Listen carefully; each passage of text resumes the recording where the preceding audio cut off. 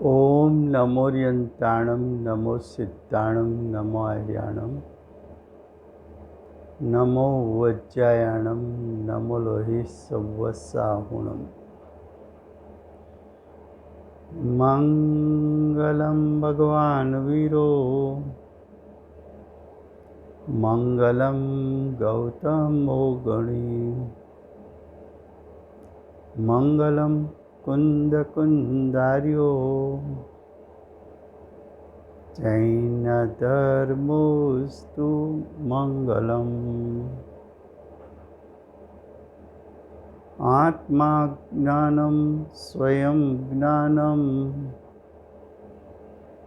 ज्ञानादन्यत् करोति किम्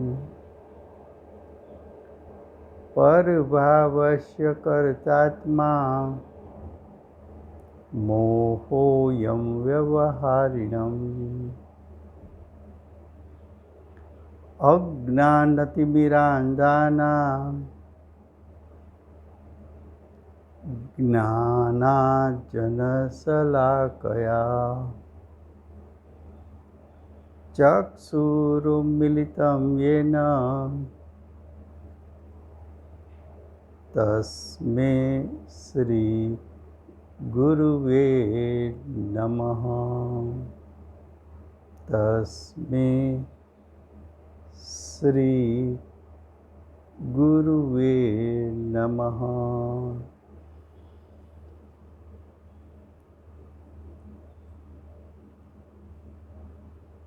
ये जैन सिद्धांत प्रश्नोत्तर माला है।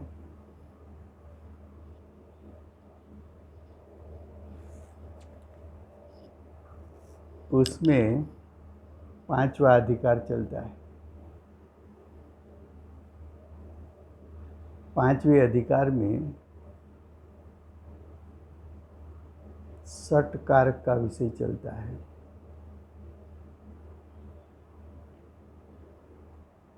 कारक 6 होते हैं। कारक का 2 प्रकार है, निश्चय कारक, व्यवहार कारक। कारक के 2 प्रकार है जो उसमें निश्चय कारक को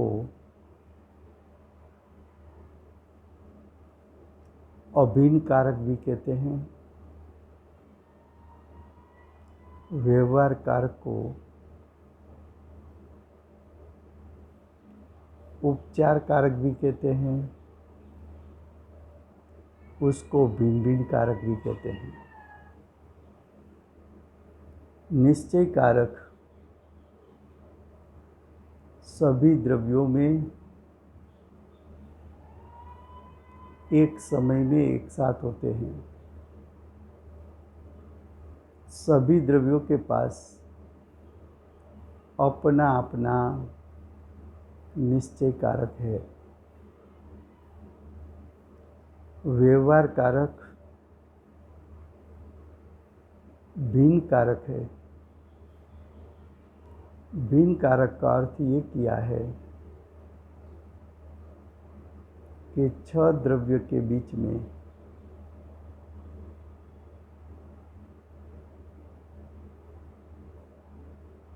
छह द्रव्य का अर्थ ऐसा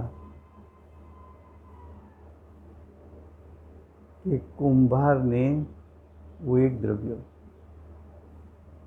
घड़ा दूसरा द्रव्य, दंड चक्र डोरी तीसरा द्रव्य, पानी पीने वाला चौथा द्रव्य, माटी का टोपला 5वां द्रव्य, जमीन 6ठा द्रव्य। ये 6 के बीच में एक निमित्त नैमित्तिक संबंध है।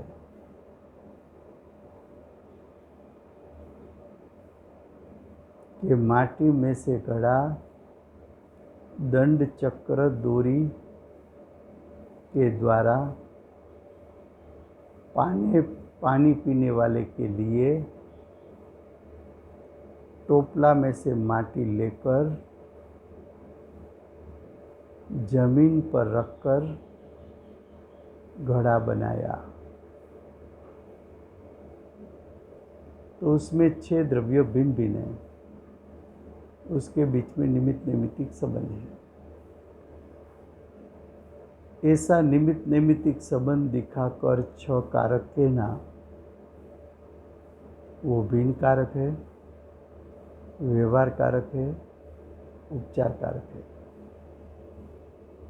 ये सब बात अगले स्वाध्यायों में हुई है। अब आगे क्वेश्चन 362, व्याप्य व्यापक भाव के बिना। व्याप्य व्यापक भाव किसको कहते हैं?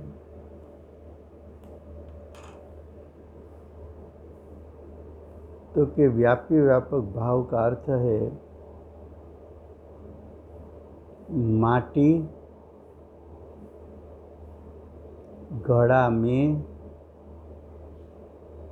व्यापी है, तो माटी द्रव्य है, घड़ा पर्याय है।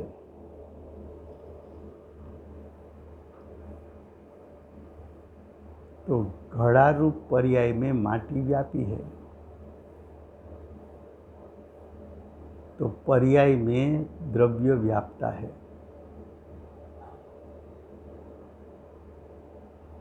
तो द्रव्य में पर्याय का व्यापना, पर्याय में द्रव्य का व्यापना, पर्याय में द्रव्य का व्यापना, उसको व्याप्य व्यापक संबंध कहते हैं, उसको व्याप्य व्यापक भाव कहते हैं। व्याप्य व्यापक भाव सभी द्रव्यों में होता है।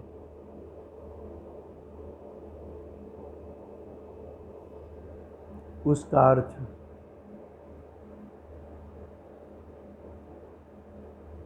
के दृष्टांत के रूप में लो कि मेरा आत्मा, गुरुदेव का आत्मा लो, तो गुरुदेव को सम्यक दर्शन प्रकट हुआ, तो सम्यक दर्शन पर्याय है। वो सम्यक दर्शन रूप पर्याय है, उसमें गुरुदेव का आत्मा व्यापा हुआ है।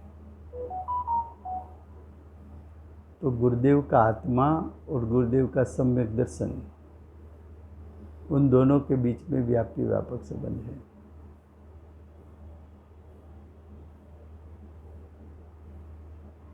जहाँ व्याप्य व्यापक संबंध होता है,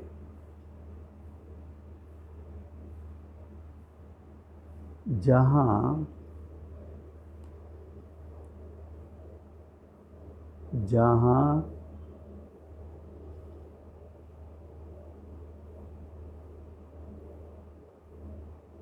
व्याप्य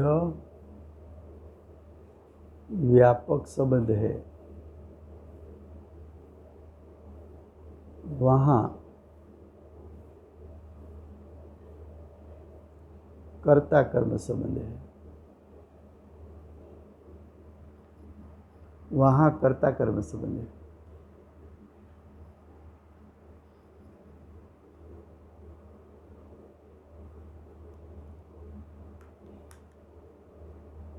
वहाँ कर्ता कर्म संबंध है।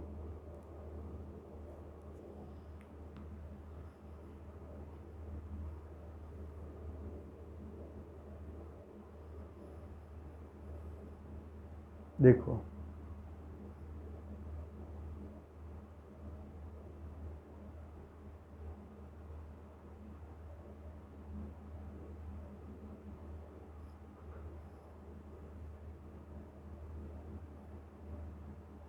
फिर से जैसा हमने दृष्टांत दिया कि गुरुदेव की सम्यक दर्शन रूप पर्याय में गुरुदेव का आत्मा व्यापा हुआ है,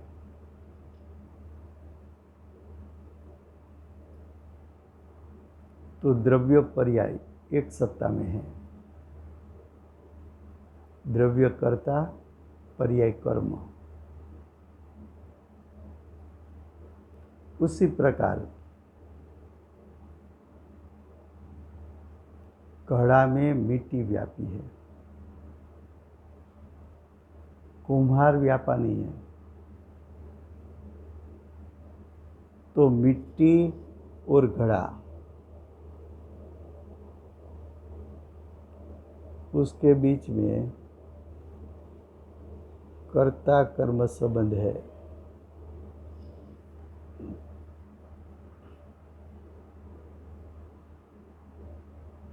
सम्यक दर्शन और आत्मा, उसके बीच में कर्ता कर्म संबंध है।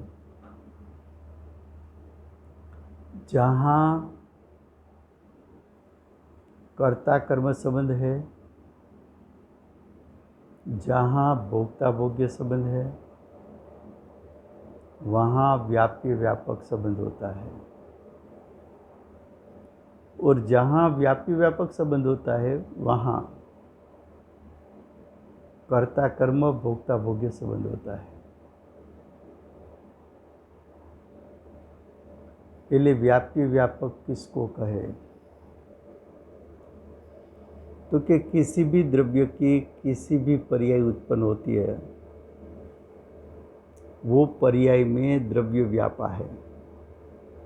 क्यों? तो कि पर्याय क्या है? तो कि पर्याय द्रव्य से होती हुई रचना है।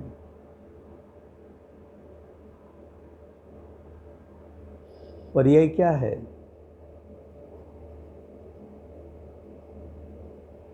द्रव्य से होती हुई रचना है। द्रव्य से होती हुई रचना है। जैसा आटा है। आटा की रचना वो रोटी है। आटा रोटी में व्यापा है। माँ रोटी में व्यापी नहीं है। माँ उसकी कर्ता नहीं है रोटी की। आटा रोटी में व्यापा है।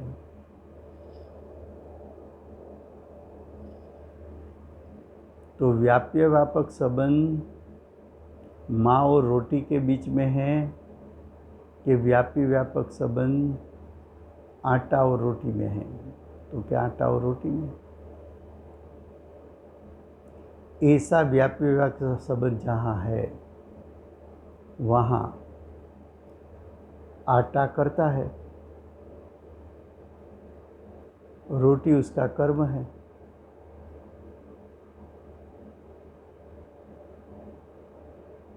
ऑर्नामेंट्स बना, ऑर्नामेंट्स में कौन व्यापा है? सुनार के सोनी?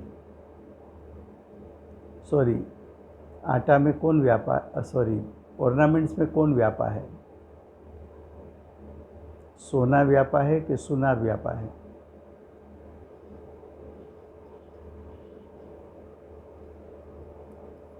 तो के ऑर्नामेंट्स में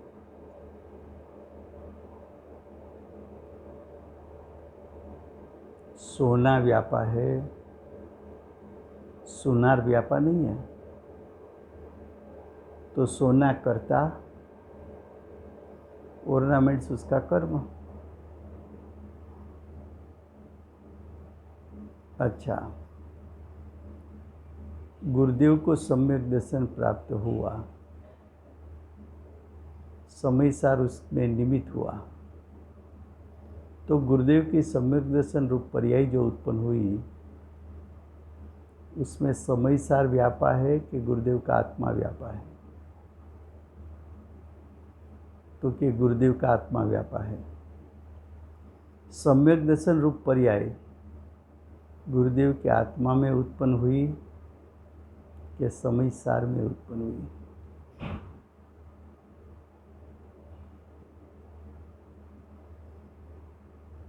तो गुरुदेव कर्ता, सम्यक दर्शन उसका कर्म। गुरुदेव का आत्मा सम्यक दर्शन की पर्याय में व्यापा।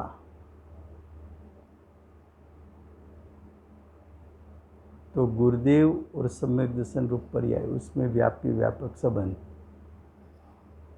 तो दो बात हुई, व्याप्य व्यापक संबंध है, वहाँ कर्ता कर्म संबंध है। तीसरी बात, जो सम्यक दर्शन हुआ उसका भोगवटा, उसका अतीन्द्रिय आनंद, अतीन्द्रिय सुख का आनंद गुरुदेव को आया कि समयसा शास्त्र को आया?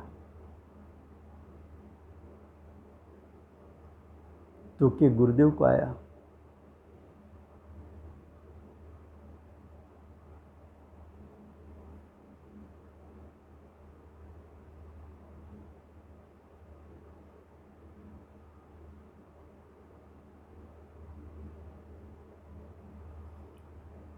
तो के गुरुदेव सम्यक दर्शन रूप पर्याय में व्यापी व्यापक संबंध भी हुआ, कर्ता कर्म संबंध भी हुआ, और सम्यक दर्शन रूप पर्याय का भोगवटा किया, तो भोक्ता भोग्य संबंध भी हुआ।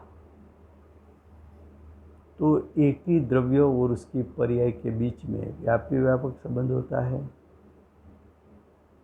कर्ता कर्म संबंध होता है, भोक्ता भोग्य संबंध होता है। तीनों संबंध एक समय में एक साथ होता है।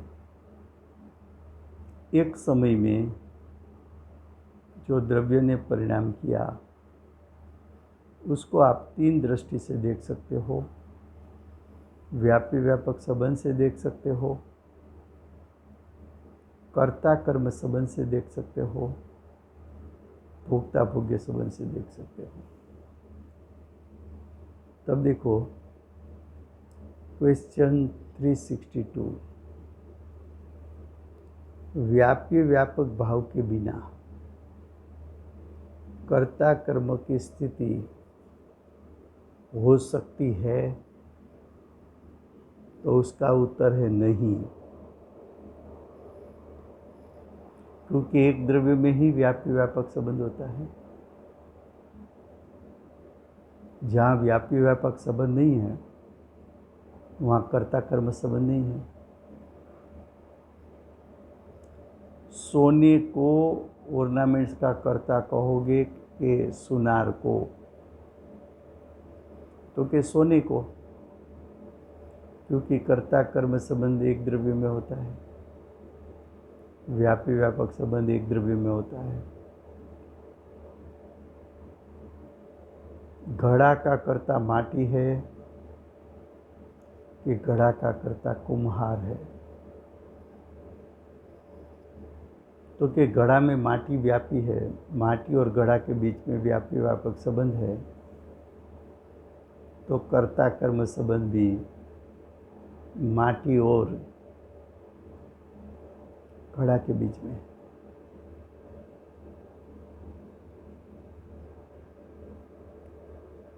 तो उसके उत्तर में कहा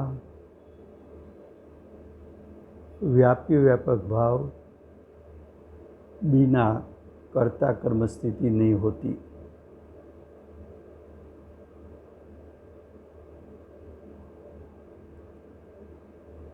व्यापी व्यापक भाव के संभव बिना कर्ता कर्म की स्थिति कैसी? ये बात लिया है समयसार गाथा 75 कलश 49। क्वेश्चन 363, व्यापी व्यापक भाव का क्या अर्थ है?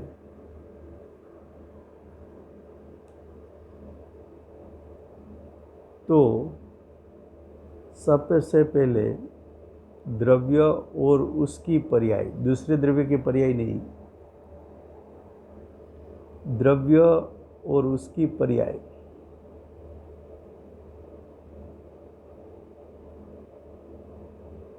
उसके बीच में व्याप्य व्यापक संबंध है।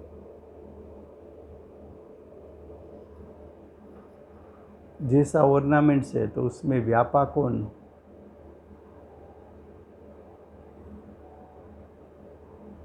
व्याप्य कौन हुआ? तो के सोना सुनार नहीं। शिष्य को सम्यक दर्शन हुआ तो सम्यक दर्शन की पर्याय में शिष्य व्यापा कि शिष्य की पर्याय में गुरु व्यापे?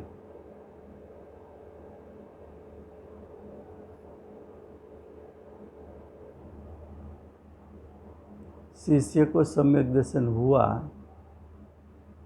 तो सम्यक दर्शन रूप शिष्य की पर्याय का कर्ता शिष्य है कि गुरु है? तो कि शिष्य है।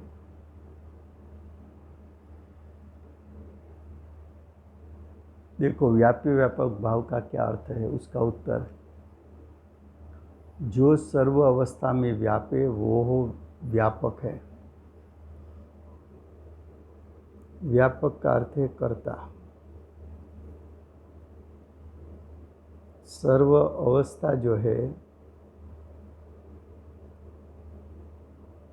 वो कर्म है।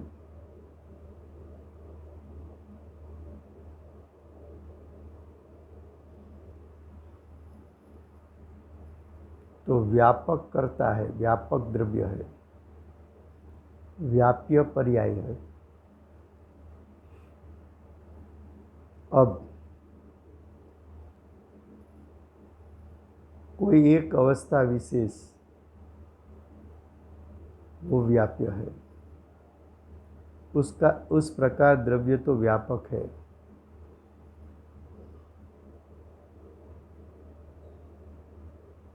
तो द्रव्य को व्यापक कहा,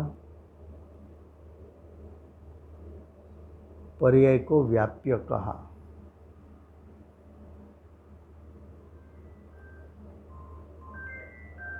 अब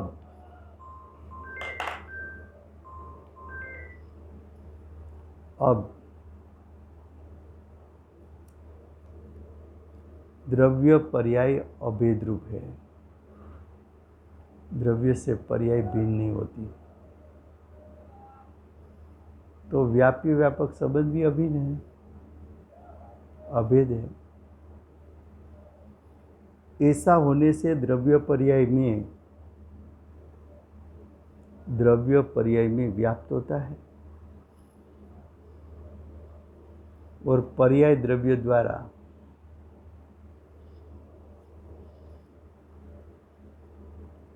व्याप्त हो जाती है। ऐसा व्याप्य व्यापकपना तत्स्वरूप में ही होता है।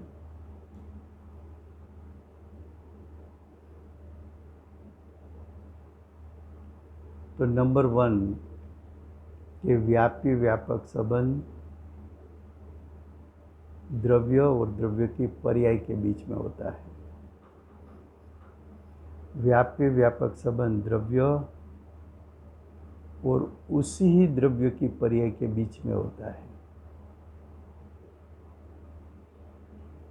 द्रव्य पर्याय अभेद है, इसलिए व्यापी व्यापक संबंध एक ही द्रव्य में होता है।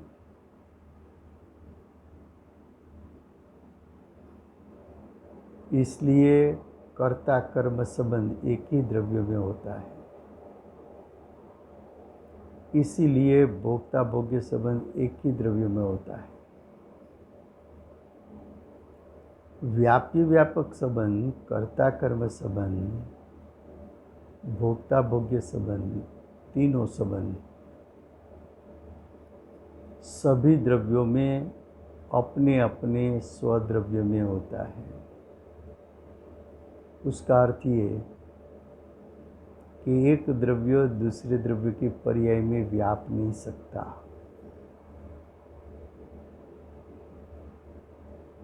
एक द्रव्य कर्ता बने, दूसरे द्रव्य की पर्याय कर्म बने, ऐसा नहीं बन सकता।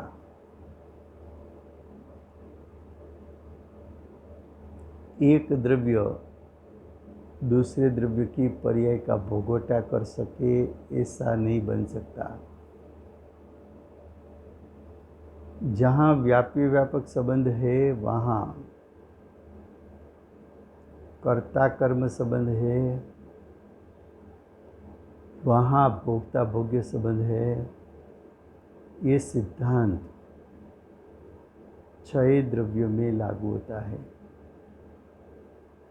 सभी द्रव्य अपनी अपनी पर्याय में तीनों काल प्रति समय व्याप सकती है। फिर से एक ही द्रव्य और उसकी ही पर्याय में व्याप्य व्यापक संबंध होता है। एक ही द्रव्य और उसकी पर्याय में कर्ता कर्म संबंध होता है। एक ही द्रव्य उसकी पर्याय में भोक्ता भोग्य संबंध होता है। ये सिद्धांत सभी द्रव्यों को लागू होता है।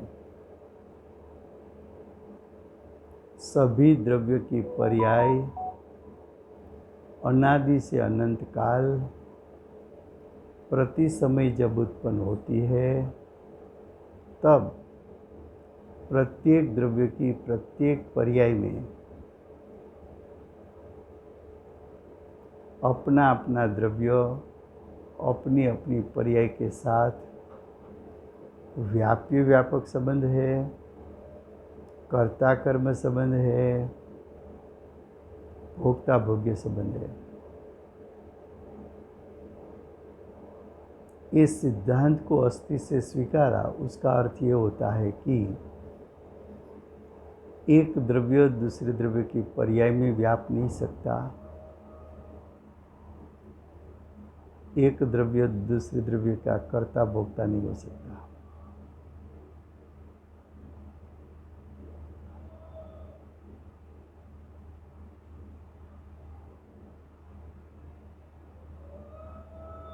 तो ये हुआ क्वेश्चन 363। उसका नेक्स्ट पैराग्राफ।